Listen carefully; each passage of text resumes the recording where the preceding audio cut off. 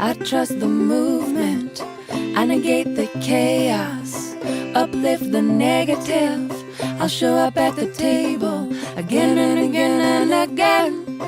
I'll close my mouth and learn to listen. Anything I could do to be creative that kept me from diving into my despair and my hurt.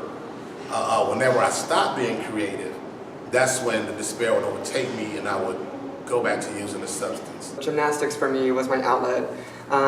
More than an outlet, it was my way of escaping when I couldn't. Long after I quit my career in gymnastics, I realized that I had literally only escaped and I didn't have anyone to walk me through sitting with emotions when they were uncomfortable.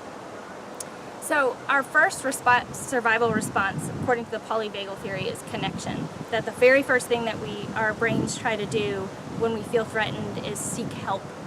And the more helpers there are, the more likely it is that we'll find help in times of stress. For instance, I know what it's like for people to be really socially isolated. I grew up in that.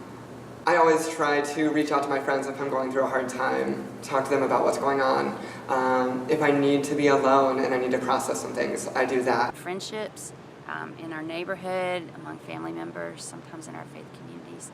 And so one of the things that's super important is that as many of us as possible can learn how trauma happens, and the fact that it's really a story that we all carry together, and that there's simple tools we can use to help things be better for ourselves and everybody else.